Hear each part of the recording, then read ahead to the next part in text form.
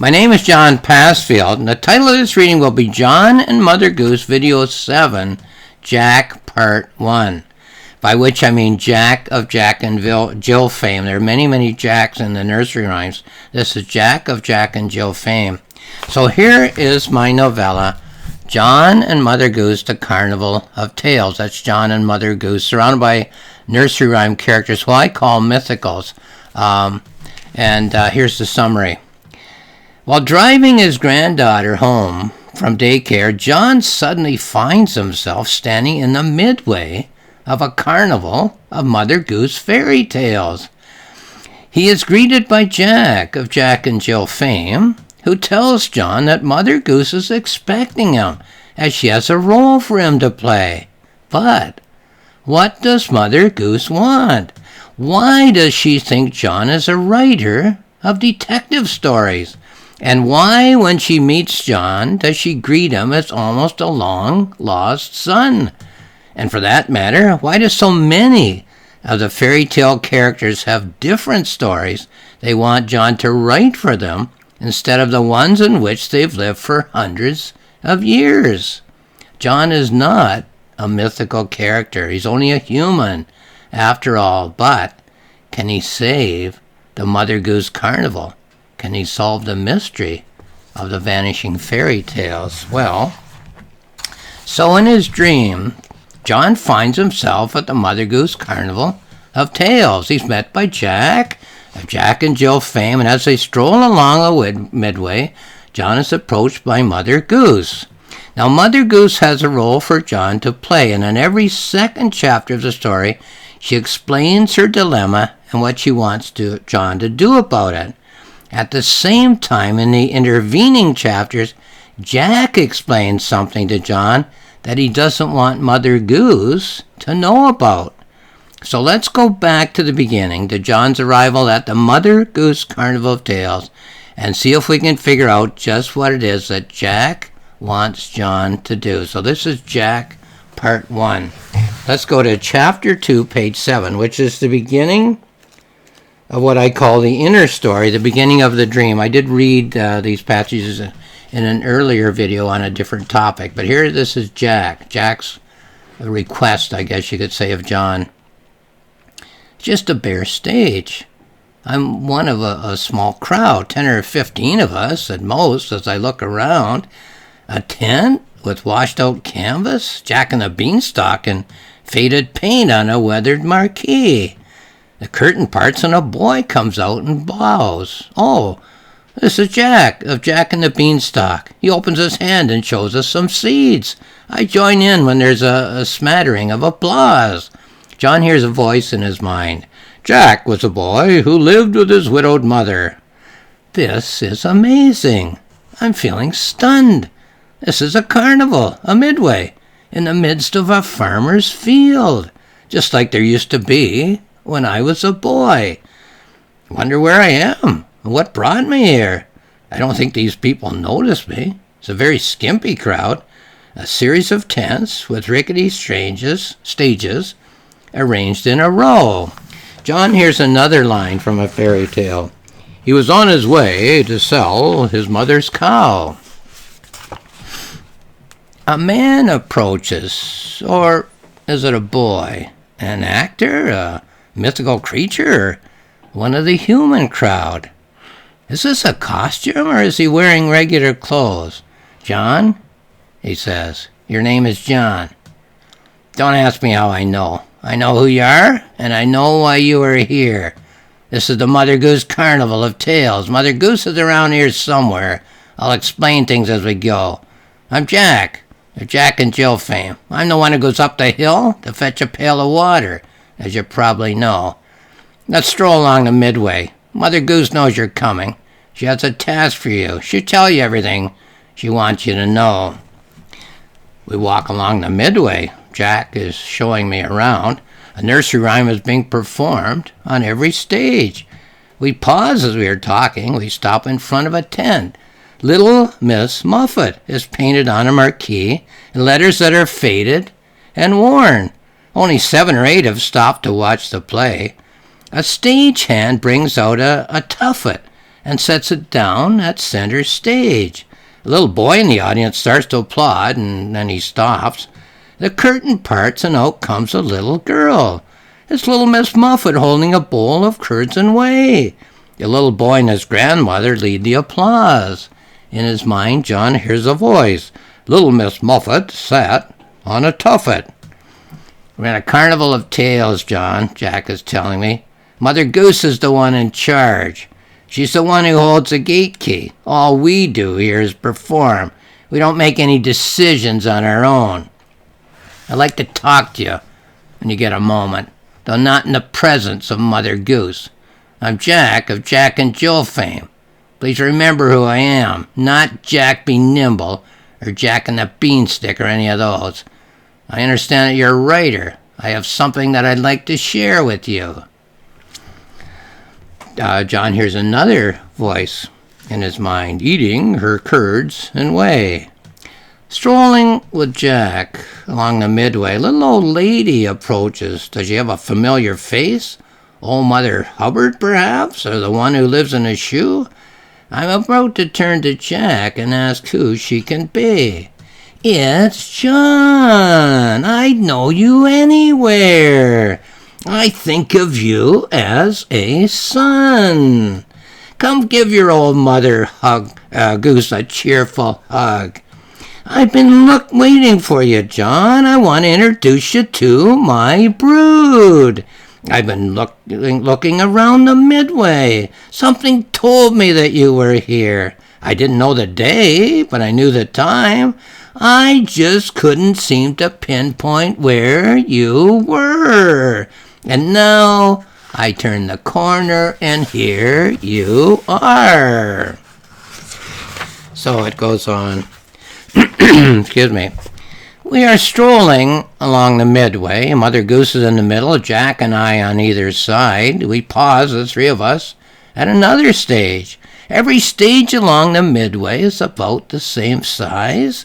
All the tents behind them are equally faded too. About 25 people have stopped to watch Bo Peep. The curtain parts and a hand pushes a lamb out onto the stage. A pause, and the lamb is followed by 3 bleating sheep. A shepherd's crook parts the curtain, and through the opening steps, little Bo Peep. I'm relieved to hear the enthusiastic applause. Another line in John's mind. Little Bo Peep has lost her sheep. And we go on, and doesn't know where to find them. It's almost time for Jack's performance, so that leaves Mother Goose and I. We continue along the midway, a small crowd at every stage. The humans don't seem to see us, only the characters see Mother Goose and say hello. Jack said he had something to tell me. I wonder how long I'll get to be here. I assume I'll get to talk with him again. Excuse me again. I can't see anything but farm fields, cars in a parking lot. None I can see. Is the clothing from different eras? Different centuries, it seems to me. People don't seem to notice one another. For sure they don't notice me. It's as if I've gone back. I'm having a childhood dream.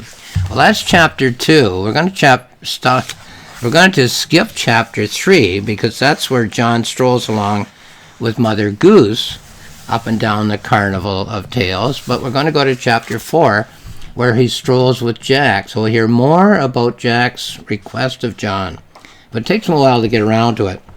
John hears a line. Excuse me again, sorry, I have a frog in my throat. There was an old woman who lived in a shoe. Jack and I stroll along the midway. The faded sign says there was an old lady who lived in a shoe. Look, John, let me give you the lowdown, Jack is telling me. There never was a list. Or if there was, if she found it or you found it for her, it wouldn't reveal a thing. Mother Goose has a mind like a punctured sieve. Every year when she sets out from Sarasota, as soon as winter breaks and spring is on the way, she attempts to make a list, to get the whole thing organized, but it doesn't happen. 2 stagehands come out on the stage and pull the curtain back as wide as they can go. A large shoe begins to emerge from backstage. The shoe catches on the curtain, and the stagehands tug at the curtains as the shoe is being pushed from behind. John hears another line. She had so many children, she didn't know what to do. Suddenly, 10 or a dozen raggedy-dressed children pour out through a door in the toe of the shoe. Some skip rope, some play hopscotch, and others kneel down and play at marbles. Though the small crowd is quiet, the children on the stage make a lot of noise. But certainly isn't Mother Goose's fault, Jack continues explaining to me. These mythicals are like kids, John, a bunch of unruly kids. It's embarrassing for me to think of myself as one. Some leave before she's ready, say they'll meet her along the way. Others stay behind. Their presentation isn't quite right. Just a few more snags to untangle, and they'll be sure to follow along. Others show up on the road. Can you put me on the stage? Others wander off in the night and disappear. Okay, we'll leave some passages out and go on with Jack and John strolling along the midway. A little old lady emerges from the door of the toe of the shoe. She calls out to the children for quiet, but they ignore her and continue playing their noisy games. The old lady throws her hands up in the air in exasperation. We are missed, John. Miss, Jack explains. We only exist in the public mind. If fewer and fewer people think about us, as time goes by, we tend to fade. Things have changed in recent times, John. There's been harshness to endure. The crowds are thinner, the costumes are threadbare. Our relevance fades with the sun and the rain. Patches are holding the fabric together, if you know what I mean. Performers don't all take it in stride, John. We set up all over the country. Despair can strike at any time. Some will just jump across the ditch and disappear. John hears another line in his mind. Then whipped them all soundly and sent them to bed. I watch as the little old lady tries in vain to catch the attention of her many children. But sometimes a miracle can happen, John. Jack continues telling me. Something that catches the mood of the day, and then the crowds swell on the midway. Demand for tickets will suddenly soar, and the myth will be the flavor of the day. You're a writer, John, a writer. Perhaps you should ask yourself just why you are here today. Mother Goose's troubles aside, John, I sense that you are troubled too. We mythicals are super sensitive, you know. In fact, I sense something, John, about you. You're a writer, John, for sure. However, I'm getting a clear sensation, and these sensations of mine are seldom proven wrong. I tend to zero in on the essence of each concern. It's a sensation, John, that you're a writer who finds it hard, extremely hard to come up with ideas. But not everyone is so conception impoverished where inspiration is concerned. Fate has brought us together, John. I'm sure of it. I feel more connected to you than I ever felt to Jill. I'm sure it can help you, John, by giving you some ideas.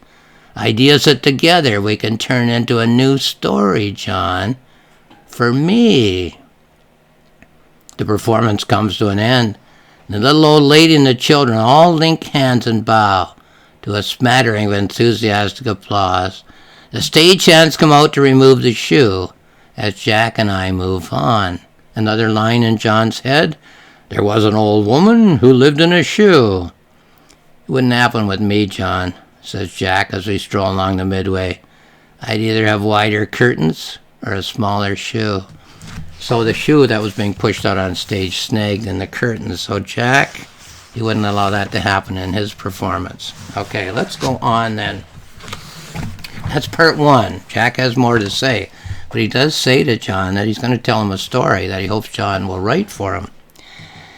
Even though in John's dream he's entirely surrounded by mythicals, the imaginary fairy tale characters of the Mother Goose Carnival of Tales, This is a story about human relationships. Perhaps we could say that there are two kinds of relationships in our lives. Number one, the first kind I would say are the ones that are known, in which the two people who are involved in a relationship have an understanding, whether spoken out loud or agreed to silently, that both partners in the relationship want the same thing, or perhaps the same cluster of things, from the relationship.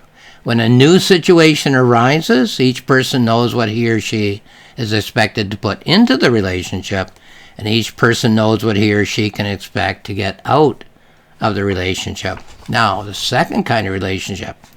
Here in this story, John is plunged into a situation in which he has a relationship with two different people, two different entities, two different characters, two different mythicals, in which it is not quite clear what he is expected to put into the relationship or what he can expect to get out of the relationship in return. In the one story, plot, adventure, one wonders what role Mother Goose has for him to play in her life.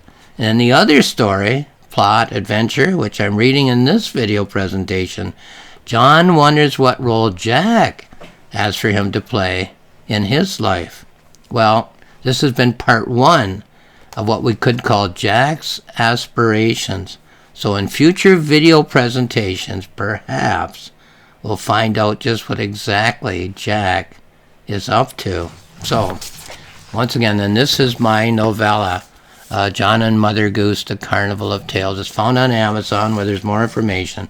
My publisher's website is rocksmillspress.com, rocksmillspress.com. More information there. On my website, johnpassfield.ca, here's two free books. The Planning Notebook, which I wrote while I was planning and writing this novella, and the Journal, which I wrote while I was polishing this novella. Both are free if you just click on the cover icon. So thank you for watching this video.